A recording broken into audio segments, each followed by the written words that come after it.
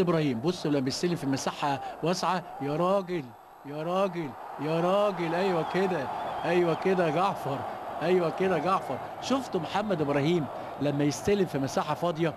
لما الهدف ده يتعاد، خدوا بالكم محمد ابراهيم فين. انما كان قبل كده مسلمينه في العمق، يعني في ما اعرفش ليه. تمريره حلوه من محمد ابراهيم لجعفر. لاحمد، بصوا ادي محمد ابراهيم سلك كوره على طول لعمر جابر، اتردت من مؤمن وبيتابعها القناص احمد جعفر.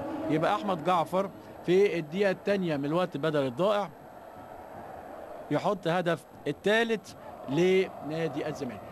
يعني برضو لازلت بقول بص، يعني محمد ابراهيم عطى التمريره الحلوه لعمر جابر اللي انطلق وحطها وصدها مؤمن، ولا يقدر يعمل حاجه مؤمن ولا اي حاجه. ادي النتيجة واضحة على جماهير